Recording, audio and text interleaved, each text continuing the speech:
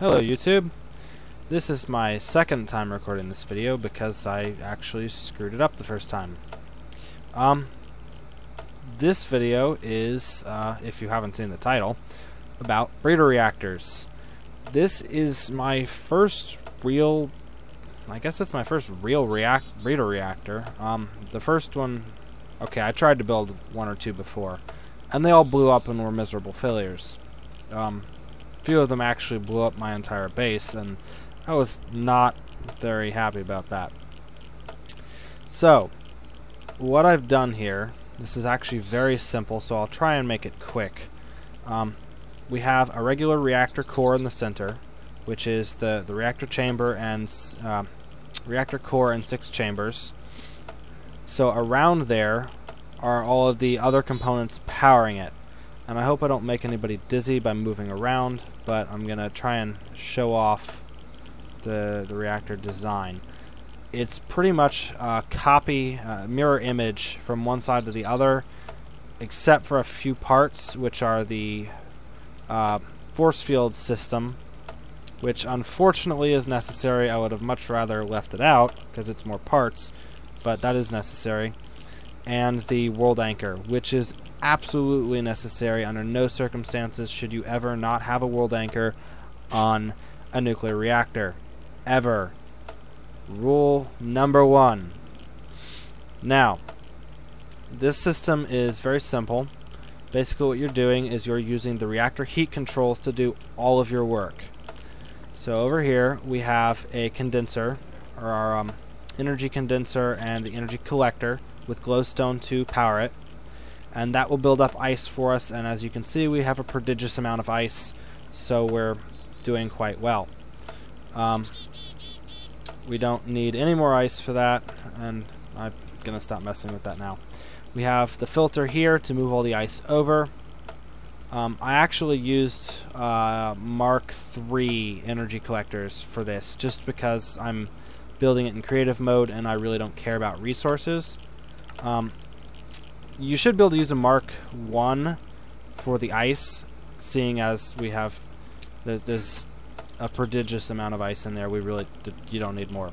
Over here, however, for the lava cells, you might want to stick with a Mark III like I used, because as you can see, they are going very slowly. However, since there's so much uranium in here, it's probably just going to take care of all of it anyway. So it's kind of a balancing act, and I haven't really played with it yet. I literally built this less than 10 minutes ago. Just long enough for me to screw up the first video and start over again. So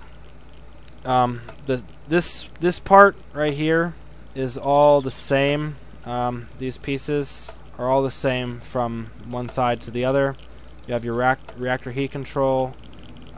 Same thing over here. You have your this is a redstone pneumatic pipe, and then a jacketed wire. It doesn't matter what type. I just grabbed the first one. You know, I like cobblestone ones. They look kind of okay. Then this has to be redstone dust. It cannot be the red alloy wire. For some reason, the jacketed cable didn't want to connect right to the alloy wire. I don't know why. It's kind of picky with things like that, and this pipe doesn't connect to the alloy wire either. It only connects to the dust, or apparently the jacketed cable. I don't know. It's weird. Then you have the timer up here to power that side, and the timer over here to hit this side. I tried to use just one timer, but whenever I put dust over the top of this stuff, it would keep breaking it, and there just really wasn't a way to work it in easily. So suck it up, use 2 timers. Then the next important thing is you have your EU injector. This is the whole force field system. EU injector. Then you have your MFFS generator core. A bit of a mouthful. Then you have your reactor containment field. You take your card, put it in here to program it, and then you dump it in here.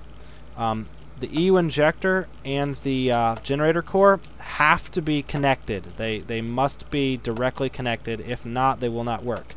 However, This piece, the reactor containment field, is linked via the card, so they do not have to be in direct contact. In this case, it actually worked out perfectly because I can use this one wireless receiver to turn on and off both pieces.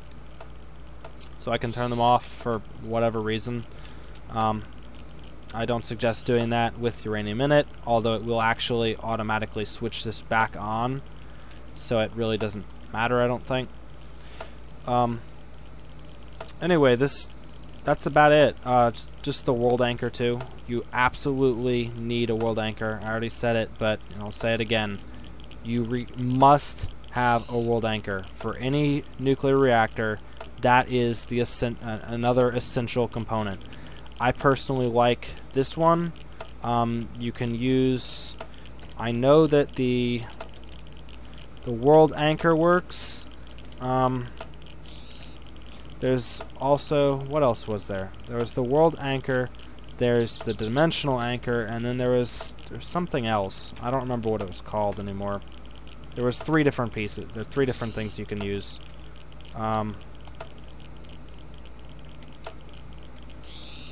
Is there something else? Teleport tether. That's what it is. The teleport tether is another similar thing. It should serve the same function, although I have never used it, and I don't really trust it for that reason. Anyway, this video is going on a little long, so I'm going to try and cut it up, cut it down now. Again, it working. What you would do once you got the re-enriched uranium cells, the depleted isotope cell, I believe, is a combination of the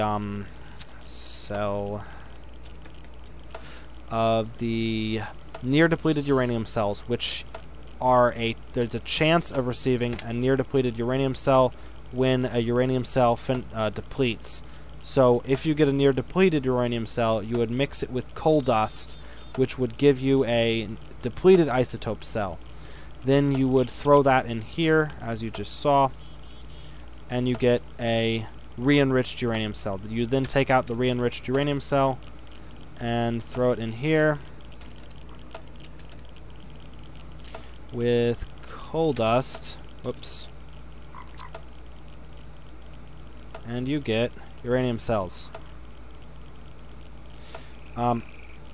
And if you were a little more adventurous than I feel like being at the moment, you could you could hook up some tubing, some pneumatic tubes, and throw a filter on here and throw a filter on there, and pipe out the the re-enriched uranium cells and pump them directly into an automatic crafting table and have this whole process automated. So you could just be pumping out new cells and just dump them into a chest or something. And then if you got really adventurous, you could hook it up so that whenever one of these depletes, it will take out the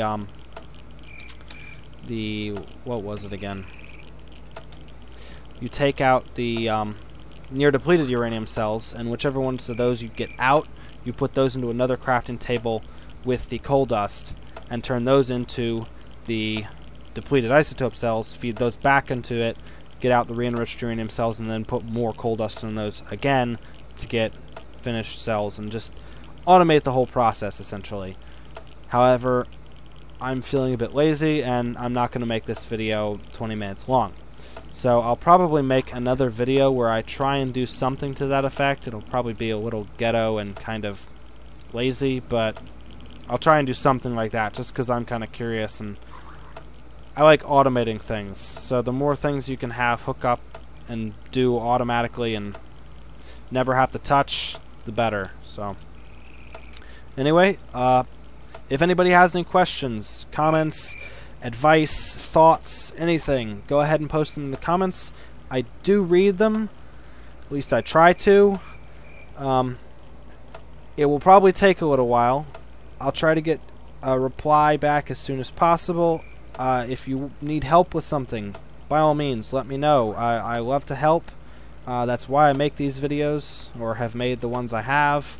I will try to post something else. I think I'm going to do a fast as a build as fast as I can for the other nuclear reactor I've built, just to kind of cut it down, because I think my video was like 60 minutes long, and I don't really want you to have to watch that whole thing to get all that information.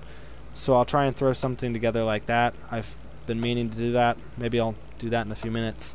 But if anybody has any thoughts, I'm not going to go ahead and do a build of this to show how to build it, just because you can see everything I've done. It's really not too complicated. This one's really easy, and there's nothing hidden underneath of it. I mean, you can see everything on the outside. Oh, by the way, these covers right here are just so that I can access the inside. That they work quite well. So if you ever need to access something through the force field like this, throw a cover in there. You can actually just use one of the little corner pieces. I don't know what they're called. They're like cover corner pieces. These things, cobblestone cover corner. You can put those on there, and those will work just as well, and they don't look quite as cosmetically gross. But you know, that's always an option. Oh, by the way, that's a cover right there holding the wireless receiver, and the wireless transmitters right here, which just activates the force field. Okay, one more thing. I was messing around with this, and I realized that, well, I didn't know how exactly the layout worked, or what exactly the criteria were. So basically, in order to get your re-enriched, your depleted isotope cells to turn into re-enriched cells, they have to be directly in line with a uranium cell. So you don't need to have it quite as full of uranium as I had it. So I believe I had it anyway. But you do need to have uranium in there. If you do not, nothing happens, regardless of the heat. And I didn't actually mention this in the beginning, first part of the video. Your temperature, the higher the temperature is, the faster this process should happen. I think it's already maxed out on speed though, because it seems to happen as soon as it does the calculations for temperature and radiation. So what you would do is, this is the layout I've just come up with for the uranium cells. This should hit everything in here. See, this cell will hit this one and this one and this one, but it won't hit anything diagonally. But this one will hit this one, and this one will get here, and this should be in a relatively good layout. I'm sure there's some sort of optimum way to do this, but this should, in theory, give you the least amount of uranium cells to actually fill up this entire chamber, and have the most cells in here being re-enriched at the same time. I just thought I'd include this because this is helpful and, you know, good to know. I didn't know how to do this, so now you know. Anyway, I love to hear from everybody. If you found my instructions helpful, or my design helpful, go ahead and give me a thumbs up. If you didn't like it for whatever reason, thumbs down. Thoughts, comments, leave a comment. And I'll try and answer them as quick as possible. So, here's my breeder reactor, and I hope you enjoy it.